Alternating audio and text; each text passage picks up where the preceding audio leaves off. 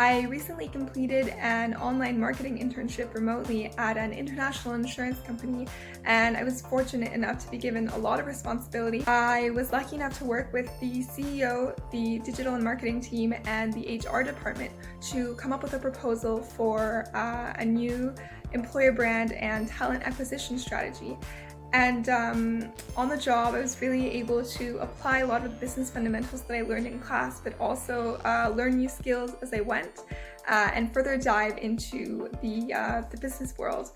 I honestly think that every student should be able to do an internship before they graduate because it really helps to, I think, have a smoother transition between school and the work world.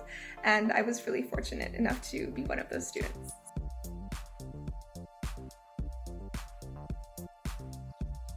When I arrived in 2018, I was really anxious to start school since I'm a shy person and I did not know anybody there. But my integration went really well. I was able to make new friends, and Glendon also have a lot of resources to help you build your professional network. So my first work experience was at Glendon as a French monitor at the Salon Francophone. Then I got the opportunity to do my first internship within the strategic partnership department. Today, I'm still working with the team within the continuing education department as a special project assistant.